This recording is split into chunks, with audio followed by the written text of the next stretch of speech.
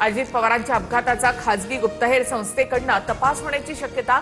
दिल्ली दौऱ्यामध्ये रोहित पवारांकडून 2 खासगी गुप्तहेर संस्थांची भेट। डीजीसीएने लवकरात लवकर प्राथमिक चौकशी अहवाल देण्याची मागणी।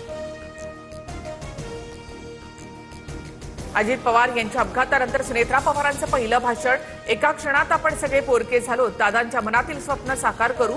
विजयी उमेदवारांसमोर उपमुख्यमंत्री सुनेत्रा पवार भाऊक। माफी मागणार नाही टिपू सुलतानवरील वक्तव्यावर हर्षवर्धन सपकाळ ठाम। टिपू सुलतानचे वंशज भाजपत आले तर त्यांना देखील पद देतील, सपकाळांची टीका।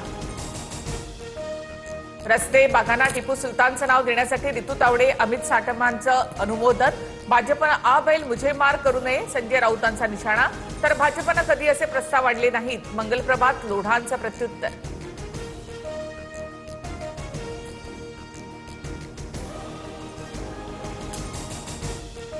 मालेगाव महापालिकेमध्ये टिपू सुलतानचा फोटो पुन्हा लावणार। उपमहापौर शाहने हिंद यांच्या वक्तव्याने पुन्हा वादाची चिन्ह। भाषणाच्या दरम्यान टिपू सुलतानवरची स्तुती।